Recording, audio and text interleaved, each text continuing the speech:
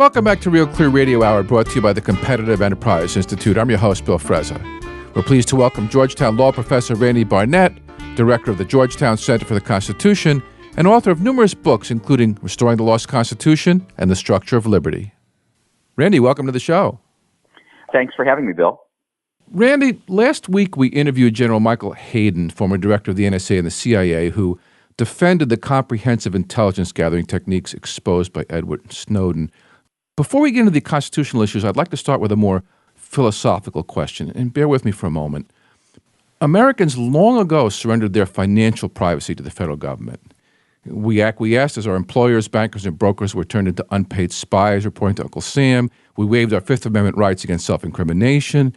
We accepted the idea, at least when it came to taxes, that we're guilty until proven innocent, all to make sure that none of our friends and neighbors escape paying a penny of income tax the IRS felt due. If that's who we are as a people, why should we object to the NSA collecting a list of who we call them the telephone if it helps them prevent Al-Qaeda from flying into our buildings with another airplane? Well, that's a great question.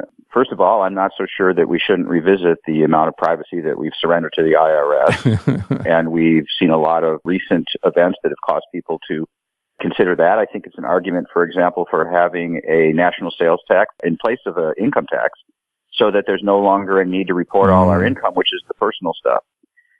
So I think there's privacy reasons for going after the IRS and abolishing it. At least one presidential candidate is making that part of his platform to abolish the IRS. Mm-hmm. And so it carries over here.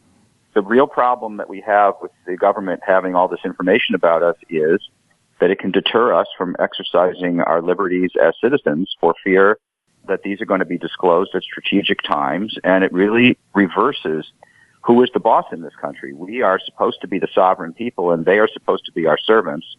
And if we keep going down this track, if we're not already there already, they are going to be the bosses, and we are going to be their subjects.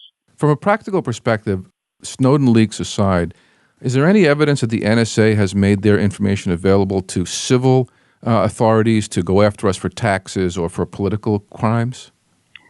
I don't know about the NSA. There are data collection programs that have assisted the Drug Enforcement Administration to go after domestic drug trafficking crimes. So that's something that has happened. And that's one of the problems. There's a couple of different types of problems that arise from this sort of program. One of them, the one that gets the least attention, is mission creep, which is once the data is in one location, it's very easy at that point for Congress or for some, to say, or the president to say, wow, we've got this other really bad problem. Look at the data here. How come we can't use that data for this purpose? Years and later. Then pass a law. Make it legal. It won't be illegal. Pass a law and says we got to use this to capture people, deadbeat dads who are not paying their child support or whatever. The existence of the data cache is what makes mission creep possible.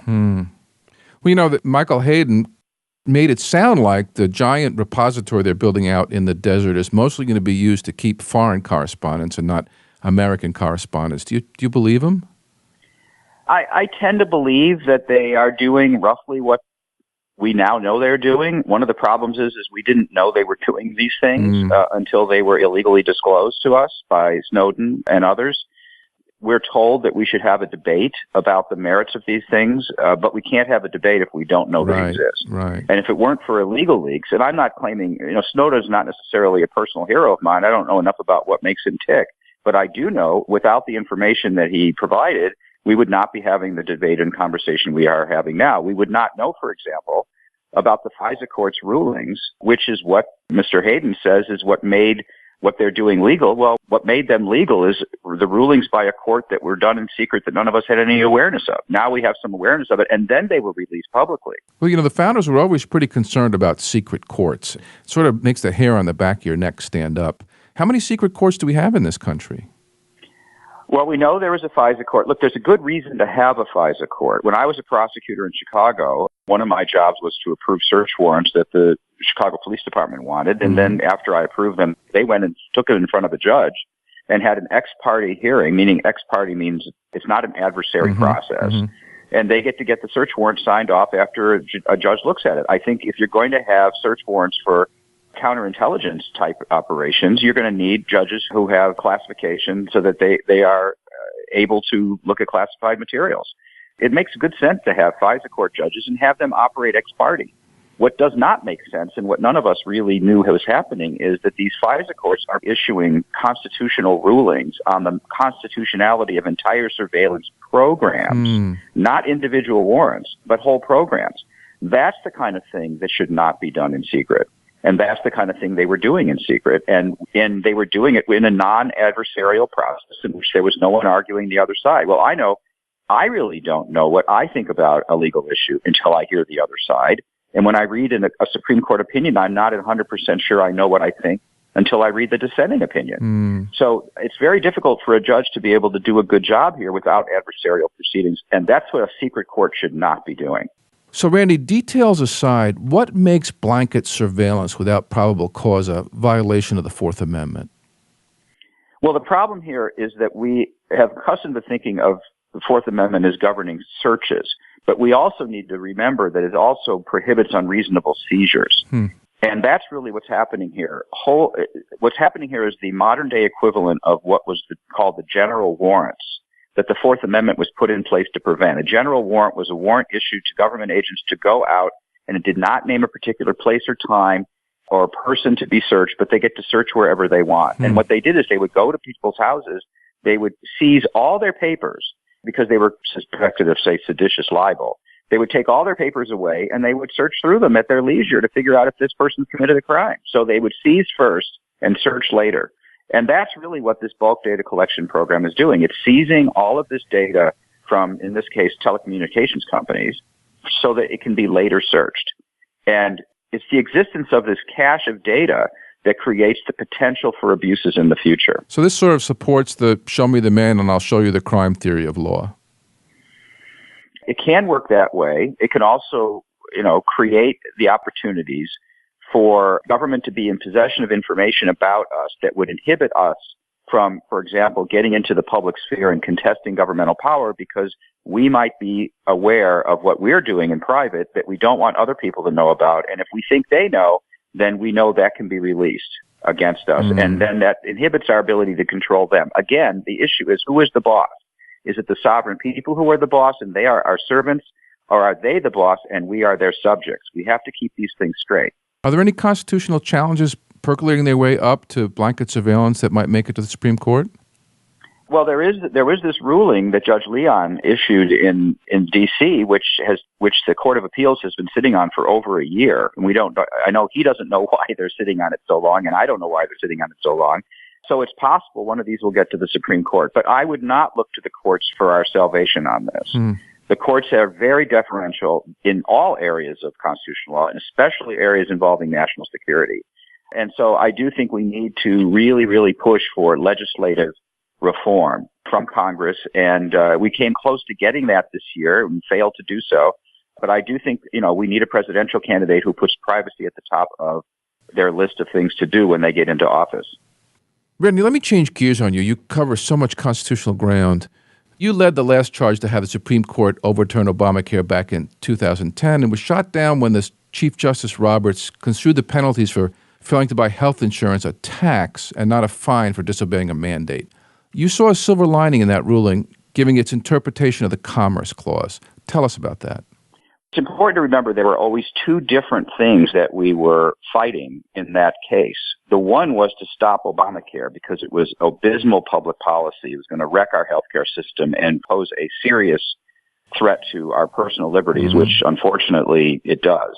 The second thing was to defeat the constitutional arguments that were being made by the government and by other law professors as to why it was constitutional for Congress to make everybody buy something, whether it's a medical insurance policy or anything else. And if those arguments had been accepted, basically Congress would have had a blank check to do whatever they want, and our system of limited government and enumerated powers would be over.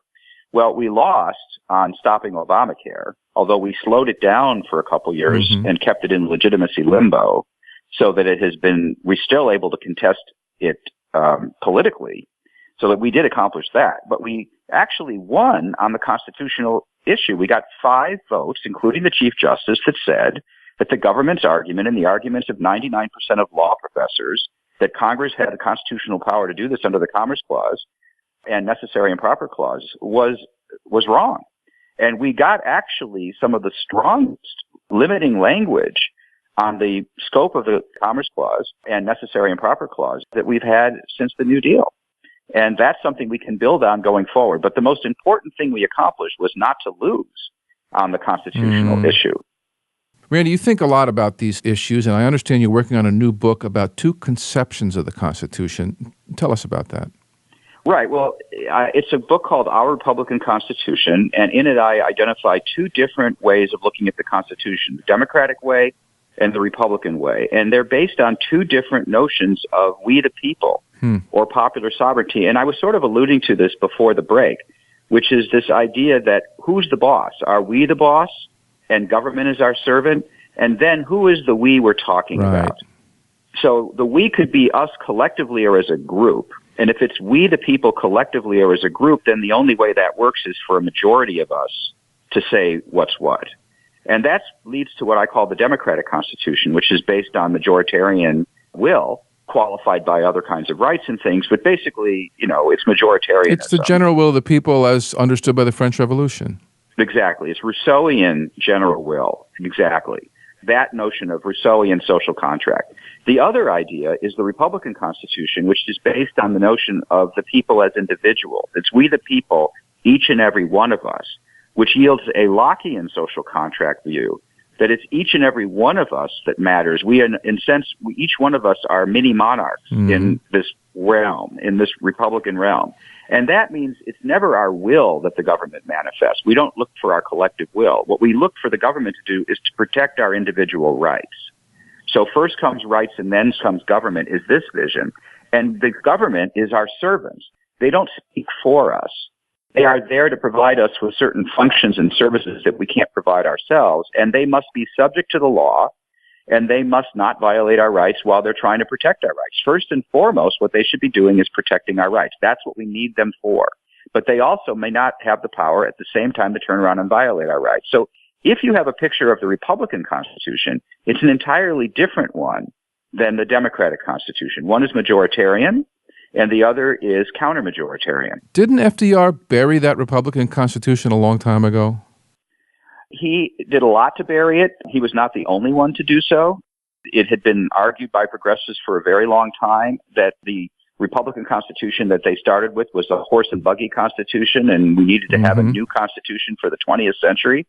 So this has been a long time coming, and it's gradually eroded the Republican Constitution. But in a way, the Constitution is like a jet that has 4 engines on it, and one at a time they've been turning off the engines, but we're still flying because there's redundancy built into the system. And we're still flying, and we're still relatively free because the jet has redundancy, but we need to turn some of those engines back on again. So in order to turn those engines back on, I understand you've proposed a Bill of Federalism, 10 proposed amendments to the Constitution similar to the Bill of Rights. Let's go through some of those. Start us out. Well, sure.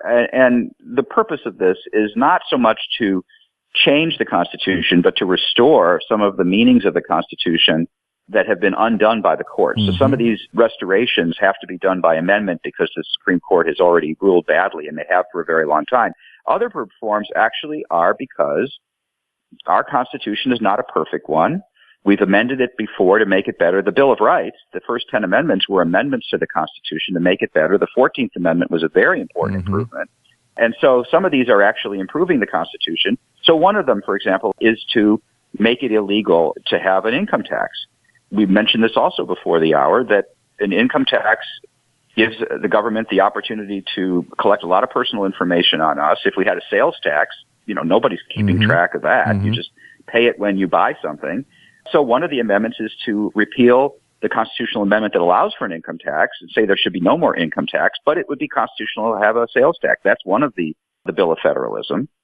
Another one is my personal favorite is probably the repeal amendment, which basically says that a majority of states representing a majority of the population of the country, those legislatures in those states, can repeal any federal law or regulation. A veto power, basically, a veto power wielded at the state level. Exactly. It's sort of a substitute for having the Senate selected by states, which is something else that was changed by constitutional amendment. But to give the states a role in checking federal power that they currently lack. We currently have a lot of federal checks on state power, and many of those I support. But what we lack is state checks on federal power, and the repeal amendment would provide that. Well, didn't the Civil War settle that issue? The Civil War did settle the question of whether states would have the unlimited power to violate the rights of their own citizens. That's a power they should never have had in the first place, and they no longer have that power. But in the wake of the Civil War, we have created a federal government that has a lot more power. And I would say it wasn't just the Civil War, but it was the income tax amendment that had a lot to do with this, and the elimination of the state election of senators, which had something to do with it. We have created a federal government with a lot more power, and now we need to put some structural checks on that. And we just can't rely on the courts to say no. And that means a constitutional amendment that says thou shalt not do X is unlikely to be enforceable.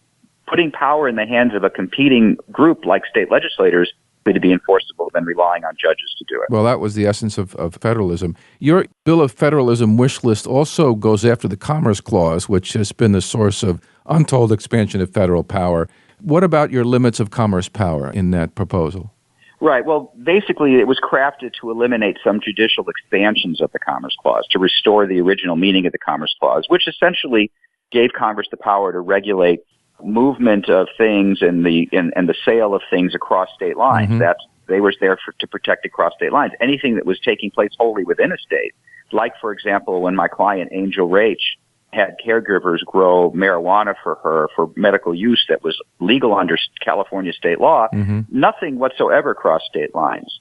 And nothing that was used to grow the marijuana had crossed state lines. And yet, nevertheless, the federal government got control over that, really by means of the Necessary and Proper Clause, which gives Congress the power to make all laws which shall be necessary and proper for executing its powers. And that's how they're able to reach inside a state. The Bill of Federalism provisions eliminates that theory of allowing government to reach inside a state simply because what's happening in the state substantially affects interstate commerce. People have tried to put term limits on our federal politicians for quite some time. You think we have any chance of doing that with an amendment? One of the amendments in the Bill of Federalism is to provide federal term limits on senators and congressmen. We currently have term limits on the president. I think that's worked out well. So I'm glad we have term limits on the president, and I think there's no reason why we couldn't have term limits on the other branches. And once again, as before, we really do need a presidential candidate who is committed to what's nowadays called constitutional conservatism, which means to restore the original meaning of the Constitution where possible. Without presidential leadership, this is not likely to happen from Congress itself. You call for a balanced budget and a line item veto. What chance does that have? Balanced budget amendments are very popular. Most of the ones I've seen I don't care for because they have so many exceptions built into them that they're not really going to be effective. The particular proposal I chose there, and I'm certainly open to alternatives, is called a balanced budget line item veto, which basically says whenever the budget is not technically in balance, the president will have a line item veto to veto individual budget items, therefore putting the political responsibility on him to balance the budget, not just Congress. He doesn't have if Congress balances the budget, the president does not get the line item veto. Interesting. So it's a way of using a structural check rather than rely on the courts to enforce a balanced budget amendment, which I think they're unlikely to do. And what good would any of that do if the federal government doesn't report its finances using GAAP accounting rules? Well, now you've gone beyond the scope of the Bill of Federalism, and I'm sure I don't have a comment on that. Okay, that's one of my hobby horses. So, Randy, we've just commenced a presidential election season. We're starting to see folks announce, at least on the Republican side, one on the Democratic side. What should voters be looking for? I think anybody who's interested in the topics we've discussed needs to try to find a presidential candidate who puts the Constitution at the top of their list. This is something that has not been in the political arena for a very long time. It is, thanks to the Tea Party, in the political arena now, and we are fortunate to have a number of candidates who put constitutionally limited government near the top of their list. I would say that Rand Paul does this and Ted Cruz does this. I don't know whether Scott Walker will do it or not, but I would actually just look to see whether he or Marco Rubio are the kinds of people who understand constitutionally limited government and put that high on their list of priorities. As I say, I do know that Rand Paul does, and I do know that Ted Cruz does. And so I think voters should be looking for that as opposed to individual policy areas in which they may agree or not agree with a particular candidate. Isn't it awfully easy to talk up the Constitution on the campaign trail, but the world sure looks different when you're sitting behind that desk in the Oval Office? Absolutely, no doubt. So that's the reason why you have to look at people and see if they've got a track record of putting the Constitution first. And I think that at least in the case of these two candidates, and I'm really not trying to impugn any other candidate, but I think the burden is on them to prove the same thing. I think in the case of Rand Paul and Ted Cruz, they have made this a very high priority throughout their entire career. So it is up there among other issues that we all care about. And I think we should be making sure, demanding that we get candidates that make that their priority and then hold them accountable for it later. So, Randy, do you really think a focus on the Constitution is likely to light up the general electorate, or is this just a Tea Party issue? Well, I wouldn't dismiss the fact that it's a Tea Party issue. I mean, the Tea Party is the most important. In fact, it's the only grassroots, small L libertarian movement that has existed in my lifetime, and it has existed, since the New Deal. And so having the Tea Party there to push a candidate over the 51% they need to win an election is really important. And I think it's a pivotal vote. And I would think it's something that needs to be a part of the package of issues that gets a candidate to 51%. Well, Randy, it'll be interesting to watch in the months ahead. Thanks so much for being on the show. It's my pleasure to be here, Bill, and I'm happy to come back anytime. That was Randy Barnett from Georgetown University here on Real Clear Radio Hour, brought to you by the Competitive Enterprise Institute. I'm your host, Bill Frezza. Real Clear Radio Hour is produced in conjunction with Real Clear Politics, America's premier independent political website. Please stop by realclearradio.org or check out our channel on YouTube to stay up to date on our podcasts. That wraps up our show for this week. Join us next week, same time, same station. See you then.